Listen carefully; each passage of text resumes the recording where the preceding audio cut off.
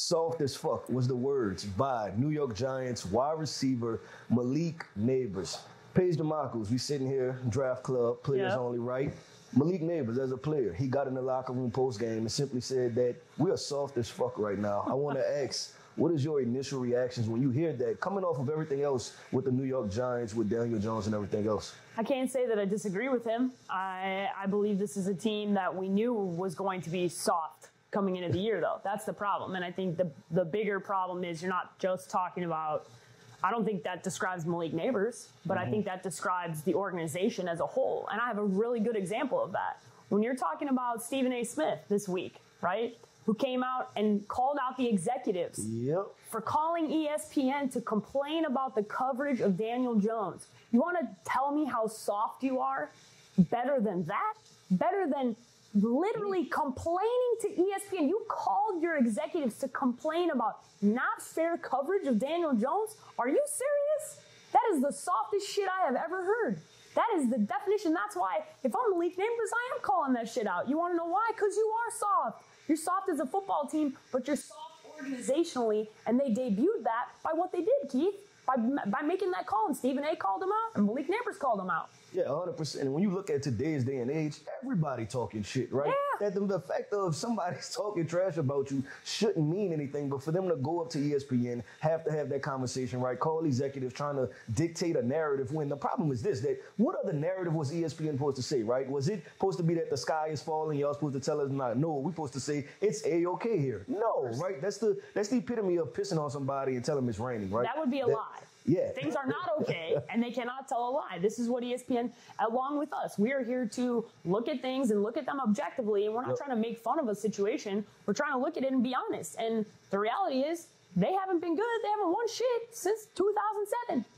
Like, that's the last time. And it's like, man, it's been a long time since Eli Manning was your quarterback, and you guys were in contention for Super Bowls. And that's what they were calling out. And I mean, that's the definition of soft, Keith. Yeah, 100%. And I'm going to go to this because I know there's going to be a split situation, right? Where half of the media is going to say, oh, no, Malik Nabers should have never stepped out of line, right? And then the other half, they may be in line with us. But I'm going to make this statement, right? That this is everybody's fault but Malik Nabers. And you want to know why? We sat there in the summer. Once again, back to HBO Hard Knocks, right? It's literally, Hard Knocks has outlined everything for the New York Giants that was going to happen, right? The Daniel Jones, the Saquon Barkley, and not a Malik Nabers situation. Everybody's like, okay, what are you talking about, Keith? Hard Knocks outed so much of what happened, and for that reason, it will never happen again. It will never, that Hard Knocks of the offseason but we want it to happen again. Will never happen again. But dear God, I hope it does, because we knew all this shit was going to happen this summertime. We talked about it, all this stuff. And so that's why I'm like, man, I don't think we're ever going to get it again, Keith. We're never going to get it again. But I know you want to talk about, because you said to me this offseason, you talked to me, you were like, Malik Nabers, when he was going, they were showing his pre-draft process, right? And as they showed it, another LSU guy brought up, Odell Beckham Jr., and you were thinking to yourself, you're sitting there and you're going, man, P, this is good. They're going to do my guy Malik the same. They're going to go ahead, they're going to draft him, even though Dable asked him to his face if he likes losing, how he acts, and what happens when he doesn't get the ball, right? And you're sitting there, you're looking at me like, P, this is not going to be good. So why did you see that and know right away, Keith, that it wasn't going to be good? Because it was common sense, right? Like you said, Brian Daboll sat there and asked Malik Nabers, how do you feel when you don't get the football? How do you feel when we don't win? Guess what? The New York Giants have a quarterback that can't get them the football, and they're probably going to be a team that loses games. So draft Malik Nabers, and the same reason why you want him is the same reason why it's not his fault, but you have to be cautious about bringing him in, is because he's a volatile personality as far as on the field, right? Like he wants to get after. Let me say this, he's passionate about the game of football. And so that passion is going to leak over. It's the same thing with Odell Beckham. The reason why he was great on the field was because he gave a damn, right? And that's the exact locker room people you want, but at the same time, you better know exactly what you're getting, right? So if you bring him in and you don't have a quarterback to get him the football, when he just left LSU where Jaden Daniels was a Heisman contender, well, the Heisman winner, right? And he's used to breaking records. And not only that, just the pressure of being an LSU wide receiver, right? When you're talking about Jamar Jamar Chase comes into the league, lights it up. Justin Jefferson comes into the league, lights it up. Brian Thomas's teammate is still close to 1,000 yards for the season, and then you want me to sit here, strap it up, and then y'all don't have a quarterback to give me the football, and then say it's my fault, right? That I'm not performing at a high level, and then when I call bullshit on it, then y'all want to sit there and turn at me and say I'm the bad guy. Yeah. No, you should have never touched him. It was clear as day who Malik Nabers was. He let you know who he was in the pre-draft process. He sat in that room full of 30 New York Giants personnel and told you exactly how I was going to react if y'all put me in this situation. He was not shy about it. Okay, he said, I don't like losing, and I don't like not getting the ball. He didn't, and that's the part that I can't fault Malik for, is because Malik was honest. He was honest about who he was, and you drafted him anyways, knowing that you were not going to be in a good position to have a wide receiver. Drafted him with the top 5 overall pick. You can't do this. It doesn't make sense. You wanted to sell something that's gone. You wanted to sell Odell Beckham Jr. and Eli Manning, and that shit is dead. It's gone. You don't have an Eli Manning. You have a Daniel Jones, and Daniel Jones is not a good quarterback. He's not a quarterback. He shouldn't be a quarterback in the NFL. He's sitting around waiting to get picked up by a contender to do what? To do what? To sit his ass on the bench? Like, what are we talking about, Keith? I don't understand. They've had a quarterback problem since they drafted Daniel Jones. And then they gave him $40 million. So how do you fix this situation? Because I don't see an easy fix. No, it won't be an easy fix, right? And that's why we are the Draft Network, the Draft Club. We have all your solutions here over on the Draft Club. We'll find y'all a quarterback. But there was something else Malik Nabers said, right? And I want to guide my guy, right? I don't want to disappoint him. And I want to guide him. We got to move him. We got to bring him to the light. Bring him fully to the light, right? He said, it was the quote, I don't want to quote him all the way, right? But the thing was basically that it was not a direct Daniel Jones problem, right? It was just an entire situation because he also played with more quarterbacks, right? Tommy DeVito. This is the thing for Malik Nabers. Since you've been in the NFL, you don't know good. And y'all do have a quarterback problem with the New York 100%. Giants. There are other things, right? You may could get into play calling, you may could get into organizational things, but y'all do have a quarterback problem. And I promise you don't know good yet in the NFL, but it's going to come. I think that's where I feel for him, because he did the right thing, though. He didn't call out his teammates. 100%. Because that's never a good look. No matter what, it's not a good look for Malik Nabers to get on camera and say, yeah, we got a quarterback problem. Because that doesn't do nothing for him. And that doesn't give him that doesn't help him moving forward. That doesn't help him when the next quarterback comes along the line. That's not how you play this game. That's not how so I think he showed a lot of smarts in that moment by not like throwing it on them. Because he should throw it on them a little bit, but that's why I'm happy to see him not take that approach, because the reality is there's nothing to gain from him saying that. That being said, Malik, you don't know good quarterbacks yet, all right? You don't. And I hope you have the opportunity to have Brian Daboll show you what he can do, because I think the frustration is probably a little bit with the head coach, and it's not Daboll's fault. It's not Daboll's fault. Daboll didn't draft this guy. Daboll didn't want to keep this guy, and this is not what he signed up for. And unfortunately, he's such a damn good coach that he coached the front office into thinking they could win with Daniel Jones. That's the problem. When you get great coaches that come in and they outcoach the roster. That's what he did. No, and that's exactly he outcoached the roster, and now you're stuck paying $40 million, and then you're looking up and you're going, damn, I really miss Saquon Barkley. I really miss Saquon Barkley, because, man, it would look really nice to have Saquon Barkley with Malik Nabers moving forward. And they don't. And so I know you've talked about a couple. Your mock draft set the internet on fire recently, okay? I mean, the internet had a lot of takes about Keith's mock draft. I want to hear about what quarterbacks that maybe the Giants could be looking at in this roster and in this class coming out, because I know there's a lot of skepticism about this class, right? This isn't a class where we've got a locked 1-2 like we have over the last few years. This reminds us of the Kenny Pickett class, right? So what guys do you have confidence in Daboll and that offense that maybe Malik Nabers should be looking at going, yeah, that's my guy moving forward? Well, first of all quarterbacks, right? Y'all should look at the entire draft class for quarterbacks, but there are two names that stick out to me. One, Shedeur Sanders in New York, right? You're talking about a guy that's used to big lights, big moments, pressurized situations, right? Has been groomed for this big-time moment his entire life, and he's used to delivering at the end of the day, right? I look at Shedeur Sanders. The other guy, Jalen Milroe, right? People are going to say, hey, this guy can't throw the football. He's not accurate, right? He has ups and downs. All the same things that they said about Josh Allen. That's how Brian Daboll got this job, because he was the one responsible for grooming Josh Allen. And I look at Jalen Milroe. He's another guy, played in high leverage clutch moments, right? He's used to pressure. He's used to top-notch situations. He's had 2 coordinators. He had to sit behind Bryce Young. He's been through some shit at the end of the day, right? He is battle-tested. We got the opportunity, Paige Dimakos, to meet this family, right? I love this family. I love this family, Milrow family.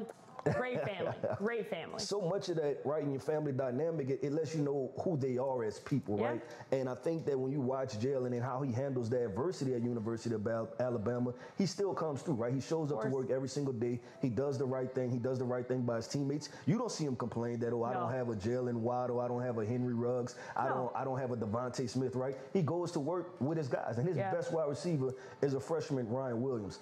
I want to pivot to this part because you said something, though, right? And what he did was blame the front office. This is the part where I get nervous. They don't like being blamed. They don't like being blamed. And let's have this conversation.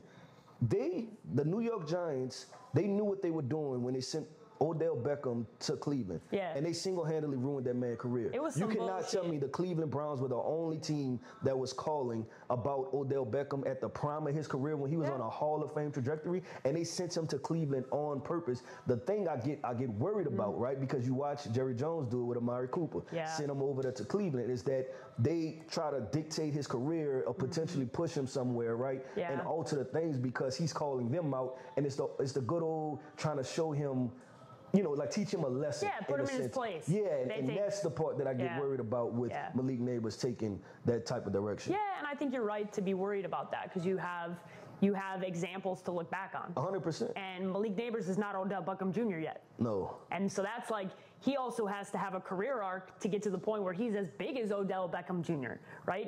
He went to LSU. He's a great wide receiver, but Odell was, and you put me in my place on this, like, and that's the point is, like, I forgot how great Odell was because they ruined his career. They ruined the narrative around who he was as a player. And that sucks because those are phenomenal. Like, Odell is a phenomenal wide receiver that didn't just have a one-off catch.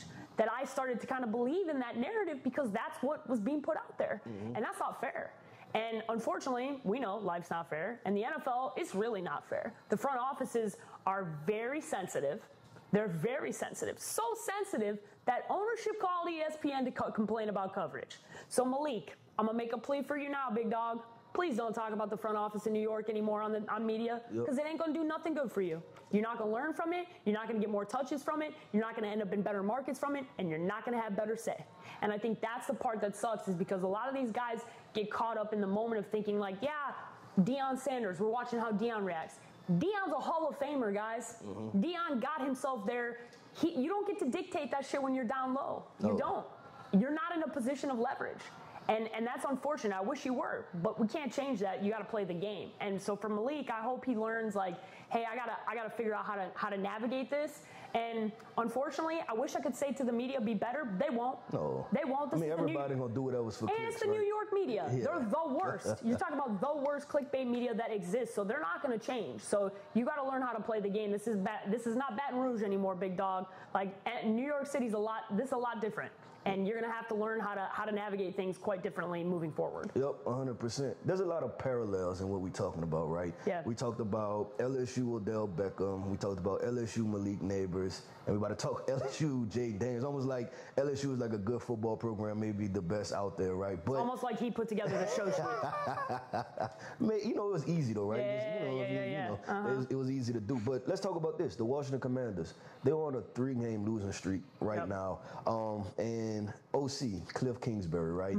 He's sitting there. He's starting to catch some heat because it's starting to be the same narrative. And I know you're familiar with this narrative, right? The second half Cliff Kingsbury. The Kingsbury that doesn't make adjustments. I'm going to pass the rock to you immediately because I want you to talk about and walk through that process because you were with the Cardinals and we've seen them, right, in depth of what does that look like? And is that part of the responsibility of what we're seeing from the Commanders with the second half kind of tail off? So I got to give a shout out to my guy, Jamie Eisner, okay? Because Jamie and I both worked in Arizona, and I worked for the Cardinals, and now, not when Cliff was there, but I've lived in Arizona for 10 years plus, and now I've seen the trajectory of how Cliff Kingsbury starts and how Cliff Kingsbury ends.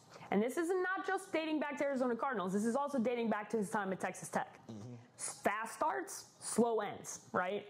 And for you to have hired Cliff Kingsbury, this is why it's revisionist history where everybody's sitting around going, Caleb Williams, they should have gone and hired Cliff Kingsbury. I didn't want them to hire Cliff Kingsbury for this exact reason, because they started off hot because his offense is very simple. I don't want to use the word dumb. It's simple. It's very small. It's a simplified playbook, and it's easier to adapt, which is helpful for a rookie quarterback. But when defensive coordinators understand your offense and they adjust accordingly, you put yourself in a tough spot. And that's where now Cliff Kingsbury is getting got, like he always has. And there's an entire narrative called the second half Cliff.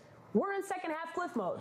They're 7-5 now. This is not a team that anybody's afraid to play. This is not a fast offense that's rolling past anybody, and they haven't been for the entire second half of the NFL season thus far. And it's been like 4 or 5 weeks, and they're a Hail Mary away from being on a long stretch of losing. Yep. And this is not, at some point you got to accept Cliff Kingsbury for who he is and understand his offense is what it is.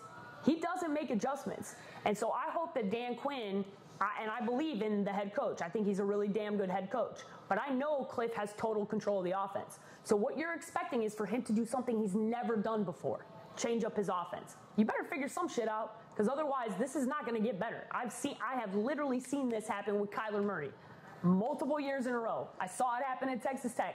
It's not going to change unless something changes with Cliff.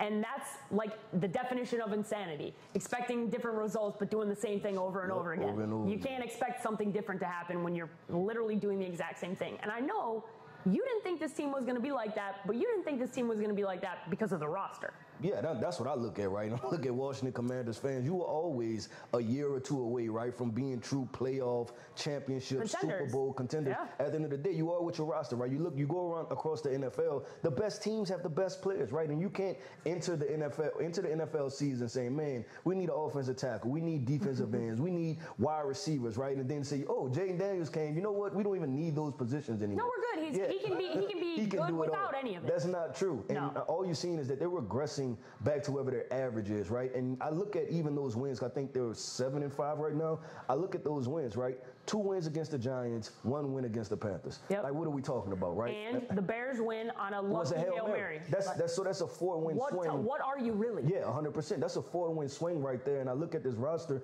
You even go back to even what that was preseason, right, when they traded away Jahan Dotson. Yep. Now it looks like they have a wide receiver problem, right? This was not for Terry McLaurin just to take over and be the number one guy, and then the next guy is Brown and Zacchaeus, I think, right? So they have issues on his team. His team was not as talented as they thought they were. What problem was that Jaden Daniels hopped in, and he took over as a running quarterback. He was able to tote the rock, make some deep throws, and he caught people off guard, right? And like you said, the Cliff Kingsbury thing was, hey, it's a new offense with a new quarterback, right, that can make plays. It's going to catch some people off guard, but now they're making adjustments, and then it's up to the Commanders to readjust or honestly just do what they're going to do, right? And that's try to figure themselves out with the rookie quarterback. Yeah, and I think for the Commanders fans, I don't want it to be doom and gloom, because I think it's not doom and gloom. I think you just need to be realistic, right? And you needed to be realistic that this team was not better than the Eagles. Yeah. This team was not in a position. You're lucky that the division is really a shit show right now. 100%. You got the Dallas Cowboys, who they got a whole lot of problems. This is the first show we haven't talked about the Dallas Cowboys because they are such a disaster. You got the New York Giants, who we just spent the first 15 minutes of the show talking about, right? Yep. The only team that's got it together is the Eagles, and they're still chanting "Fire Nick" at the football games. So you got to understand that you guys are in a much better position organizationally than you've been in a long time, and that is because you have new ownership, and Dan Snyder is no longer calling the shots. So you should be excited for the future. About that. That being said, you are not a Super Bowl contender right now. And you should have known that coming in, and you shouldn't have gotten excited about the short period of time because you were beating up on teams you should beat up on because they are bad. They're bad football teams. But when you play teams that got better rosters than you, you're not evenly matched, and Cliff can't handle it. And you got to understand that Jaden's going to have to progress just like all the other rookies, and this is going to be a long-term thing. And hopefully Cliff figures that out moving forward. And until then, it's second half Cliff. Second half Cliff. Second half Cliff. That's the name of the game, right? But there's some more play callers out there, right? And one of those play callers is Mike McDaniel. Yes. And he gets so much credit for what he's done with Miami quarterback Tua Tagovailoa and reviving his career, right? Because Tua was right on the brink of being a bust. Right? He was right there. He was one more season away from them moving on from him. But Tua's playing good football. when he's available. The Miami Dolphins are on a 3-game win streak when Tua is there. The key words, Tua is there. Tua's concussion situation, and I look at these Miami Dolphins, and I say, hey, what's the plan? Because we cannot be god-awful when Tua is not here, and then be a good playoff team above average when Tua is here. So I'm going to ask you, what route should the Miami Dolphins take? Should they stick with Tua and say he's our guy no matter what? Should they draft a quarterback? Should they get in the free agent market? Or should they stand pat? I think, as unfortunate of a reality as this is, you cannot continue to bank on Tua Tagovailoa being healthy. And it's because as many times as we have pleaded with this man, he has not learned to not put his head down and tackle. And he throws an interception. I mean, the last situation that he had to happen was self-inflicted. He put his head down. And as many times as he can't help that, that's who he is. And I think they've tried to adjust accordingly as much as possible. But this is it's very hard to talk about because for Tua, you worry about his long-term health. No, and that's like part. It has to be talked about. But at the end of the day, he said out loud, and I respect him for making this decision. It's his career, man. He knows. And he said, you know what he said? He said, I didn't want to be the poster boy for CTE. Yeah. And that's what he's fighting against, right? Because he retires due to that. And then now forever, he's the guy that played quarterback. He was good, but he had CTE, so he had to retire. Correct. And that's his legacy. Right, and that's important. We've had the opportunity to talk to Dylan Gabriel and his family and get to know them and understand the culture of Hawaii and what it means out there. And I think there's a lot of misunderstandings about how much pressure comes along with that too, right? And that same stuff happens for Tua. So I just want to be very respectful of that situation when talking about it, because I think as much as I'm nervous about the long term, I have to be honest about the future for Miami. In the vacuum, I also have to be honest about just being very cautious with Tua, right? And so I think moving forward, if you're the Miami Dolphins, you have to take emotion off the table, right, 100%. With Tua, and be very honest. There is no chance you can bank on Tua long term. You just cannot. And this is not a shot at Tua. This is talking emotion removed. You're running a $1 billion organization. What are the things you need to do to guarantee yourself moving forward? You're going to be okay. And you're in a window here. You're in a window of time with this talent around this roster before you have to pay Jalen Waddle. Like, you've got some guys that all of a sudden you're going to have to make roster moves. And so I think you have to draft a quarterback. I think you have to. And I think you need to sit Tua down and you need to be honest with him about, listen, this is your team as long as you're healthy. But we've got historical knowledge that how many times he's been on the field and his hands are it's neurological, horrible events that have happened. You can't bank on him being healthy long term, Keith. You just can't. And so I think they have to handle this delicately, though, because at the end of the day, they just paid Tua and they made him the man. And we know he's sensitive because he couldn't handle Brian Flores as a head coach. So you have to handle this delicately. So do you think they can handle that? Do you think they can handle this and manage having Tua and drafting a quarterback?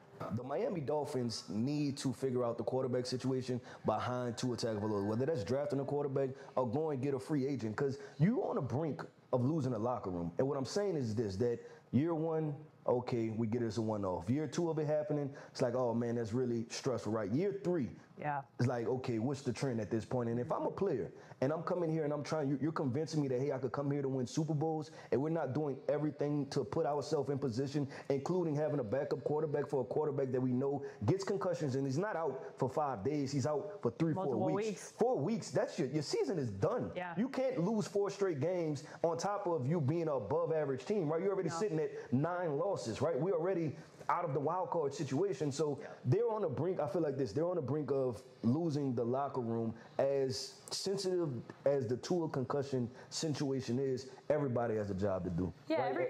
Everybody has a job to do, and I think you have to, you can draft a quarterback, you can get a free agent, but you have to, at a bare minimum, have somebody you can count on to win you football games. Who's not going to go out there. They're not going to be Tua. They're not going to be the leader. And that's probably why, and you said it, free agency is probably a better component for you because you know what the association is with drafting a quarterback, right? Yeah, you're trying to replace him. Correct. And I think unless you plan to draft somebody and you I mean, Atlanta's doing it right now, draft and stash, right? Unless you are very conscientious of handling this situation, Tua has shown us sensitivity with how he is as a person. And so I'm very conscious of them not being able to handle this. I do have a lot of faith, though, in Mike McDaniel being the right coach to navigate that with Tua and try and figure out, okay, here's where we are. This is what we need to do because we are in this window, and we got to make sure we're okay if you got to sit out. Because we're considering the coach's perspective, we're considering Tua's perspective. The Miami Dolphins fan base, fans, Sanford fanatical, at what point do they say they're done? Right? Because how many years do they get geared up and then they look at it like, you know what? How many times are y'all going to run us out the same exact situation and then it potentially bites us, right? And then now we have to endure not making it to the playoffs or we don't have the season that we want to have. So that's the part that we're not considering with this, the outside noise, right? That when the fans are not, we're considering emotions, right? Because we've been inside the locker rooms. We understand the dynamics. The fans don't give a damn. No, they want wins. Like they want to win and they want to win now. So when that fan pressure starts to come the other side, I think the Miami Dolphins, they have to consider that part too. So that's why I said if we all have jobs, I go sit down with Tua, I have the conversation. Listen, we are bringing in a quarterback. You are our starting quarterback. If you want to pay attention to the media, that's on you. But we have to be honest about where we stand, right? Because you get concussions. You're out 4 or 5 weeks. I don't want you to get the concussions. You don't want to get the concussions. That's just what happens. That's just the reality of the situation we're in. So I have to protect myself. I have to protect the other 52 guys in this locker room with giving them the best opportunity to win, knowing the trend of what happens with you. Of course, and I think the question you asked at the top of that about the fans, it's hard because we know, especially I know, because I've told you a lot about this behind the scenes with my experience in the NFL, how much the owners listen to outside noise. And it's more than every fan thinks. Take it and times it by 10, literally. And the case in point, the New York Giants ownership calling ESPN to complain. That they listen to a lot of it, good, bad, and otherwise. And that's the part that's tough is, I think as long as Tua jerseys are selling, Stephen Ross is going to stay out of bounds. He's not going to get, but has that started to turn? Has the noise gotten loud? Is he not as popular as he was probably a year ago? I don't know the answer to that question. It may be yes, and it may be starting to turn that way. If that is the case, I can't expect Stephen Ross to do the right thing because he ain't ever do the right thing. So it doesn't matter if Mike McDaniel handles it correctly because at the end of the day, people, you got to realize the ownership calls everything. Every decision that happens, every draft pick that happens, they can come in on draft night, doesn't matter how much work the scouting team did, bump the table and say, I want to draft this guy. And it's happened. I know it's happened multiple times. That's how this goes. And unfortunately, they are never going to get in front of the camera and accept responsibility. CC Jerry Jones. That's it. Like, this is where you are. So I think if you're Miami, I hope you can handle this situation delicately. What I think is the right move, I don't even think it's close, is you got to have a backup option because you cannot bank onto a long-term, Keith. You can't. Yeah, and it's the season, long-term, short-term. I just feel like, hey, if I'm the head coach, the general manager, I'm trying to give my team the best option to win, is that I have to understand who my players are. It's just like if you have a corner who doesn't run a fast 40 time, he's a slow corner, I'm not going to put him in man-to-man, right? It's the same situation. Know what you're operating with, right? Know your product, and unfortunately, to a situation is to a situation. But Paige, Dimakos, we always save the best for the last, right? We're about to have some fun here. The college football. We had 3 SEC teams lose, right? Sure did. Big Ten, they kind of in there, but, you know, it is what it is. ACC. What? The ACC's in there. 3 of the top 4 from the Big Ten? I think 3 of the top 4. 3 of the top 4. But we about to figure this out because we about to play some contender and pretender, right? I'm going to call out the Big Ten. I'm going to ask Paige Dimakos if they're contenders or pretenders. She's in reverse. Going to ask me about the SEC teams, if they're contenders and pretenders, because this has been the wildest college football season by far that we know to date, right? So I think it'll be fun if we go through this. I'm going to start off first. Okay. I'm going to start off with the Penn State Nittany Lions. Contenders or pretenders? Pretenders. That's an easy one. That didn't take you long at all. No, sure did not. James Franklin is a damn good recruiter. Really good. They have talented teams every year that he's been there. But He has yet to show me he can win a big game. Yep. He can't beat Michigan when it mattered, can't beat Ohio State when it mattered. They had every opportunity to win that game with Ohio State on the road at Penn State earlier on this football season, couldn't get it done. So I don't have belief that they can do that because I haven't seen it. And I think they're a really talented roster. I think they're a damn good football team, but they're damn good. They're not great. And I've never seen them be great. And so you'd be asking me to see them do something I've never seen. So for that reason, pretender. Okay, I'm going to go with another team. They're not in the Big Ten, but I feel like they're Big Ten-ish, right? The Golden Dome is Notre Dame. The Notre Dame Fighting Irish, contenders or pretenders? Big Ten-ish is very funny. Pick a conference, Notre Dame. I'm tired of this shit. Okay, Notre Dame is also a pretender. Also a pretender, and that's because they don't play anybody because they're not in a conference. And the team that they played, they lost to. So this is another situation where Notre Dame, I cannot take you seriously because my historical knowledge is we let you in and then you get absolutely annihilated by Alabama or Ohio State. Whenever you do get let into the Final Four, now it's 12, you don't show up. And it's because we don't see you show up against anybody because you guys are too busy playing mediocre mid-tier teams. Join a conference, play some real teams, and let's actually see what you got. Pretender. Big-time pretender. Been a pretender since 1989. Wow. I feel like there's a little something under that. I don't know why. I don't know if it's some Nebraska type stuff going on with that. Might be headed towards B-Train, my old radio partner. Sorry, pal. I'm going to go with this team. Up next, I can't wait to hear your answer. Oh, here we go. Indiana, the Hoosiers, contenders or pretenders? I can't wait to hear this answer. He's doing this on purpose because he knows I was Team Indiana. And man, I felt so good after Indiana went down. They had 12 plays. They had 12 plays. They ran. It wasn't 5 minutes. It was like 12 minutes of the first quarter. They ran the ball. They were looking so good. I was like, damn, Ohio State's really going to miss that center. They're not going to be able to score. And then it was 38-15, Ohio State. So Indiana, big pretender for the capital P. I was trying to buy into you guys. Hoosiers, I loved you. I got to get off the boat because guess what? Y'all had an opportunity and you squandered it. So unfortunately, Keith teared me up for that one because I've been talking so highly about the Indiana Hoosiers. I said, no, you're not a basketball school anymore. You guys can play football. That was a lie. Still a pretender, still a basketball school. Figure your shit out at Indiana. I'm going to leave off with this one. You know, there's a lot of different names, right? Everybody knows you're from Chicago, right? But, you know, you got a Scottsdale vibe to you, Arizona, Tempe, right? We're going to go with Arizona State Sun Devils. Contenders or pretenders? Where you stand with them? Okay. ASU, a contender to win the Big 12. Oh, you can't know. We're not talking about that. Yes, because he didn't even ask me about Ohio State or Oregon, the two best teams in the Big Ten. I was leaving them out. He was leaving them out on purpose, I see. So guess what? ASU, much love to you guys. Scatterboo, that's my dog. That's a football guy. That's a football player. We hope to get him on the draft club here in the next couple of weeks, but Kenny, we got to have a conversation about how we ended that football game, big dog, okay? Because when you play not to lose, you put yourself in bad situations, and you almost messed up this game because you didn't take the ball and score with 1:10 left. Instead, you had your quarterback running backwards, which makes no sense. And for that reason and that reason alone, you are a pretender because I cannot trust that you know how to handle situations, okay? I cannot trust your ass for knowing how to handle situations when you are backpedaling with 1:30. Go score the damn ball, end the game, and win the game. Kenny, figure it out, pal. Figure it out. I'm with that.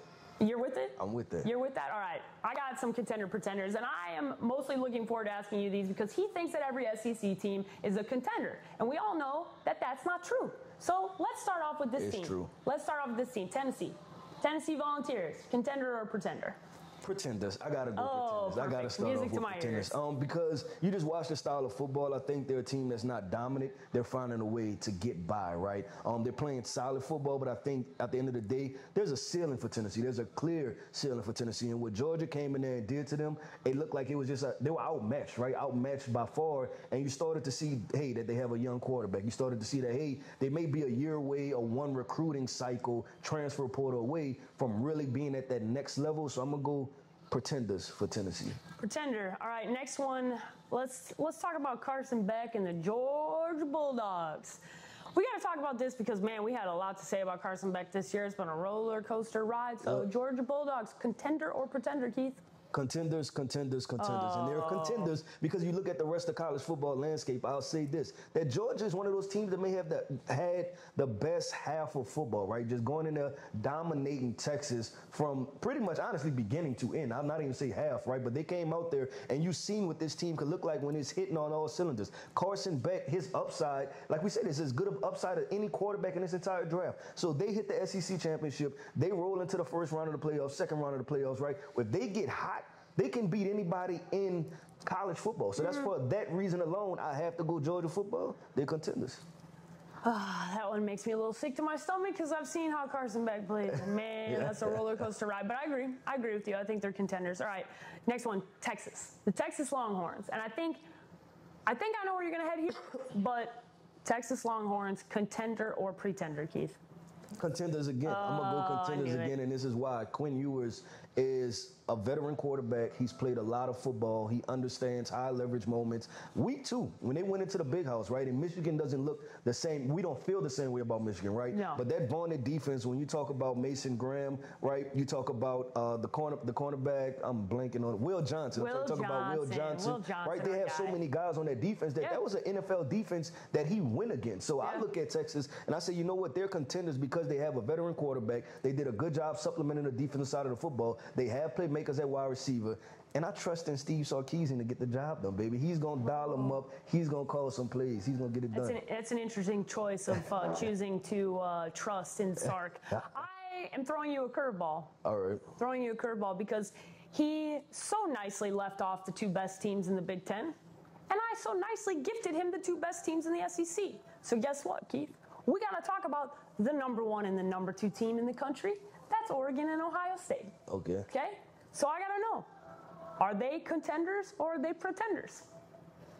Pretenders. I'm going with the SEC. Truth of the matter is they talking about one game. I trust Bama more than I trust both Ohio State and Oregon at this point. Talking about just getting the job done. I've seen them get the job done. You know what, Paige, you know what this is? I know it's been a while for Nebraska, but it's called championship pedigree at the end of the day, right? And it's something that the SEC knows. So, yes, I trust Alabama. You're talking about one game, give it all it takes. I'm trusting in Jalen Milroe. I'm trusting in this Alabama offense. I'm trusting in those guys to find a way with their back up against the wall to get the job done. So, I'm sorry, who won the national championship last year? Was that Michigan in the Big Ten or was that Alabama in the SEC? Oh, yeah. I remember what happened.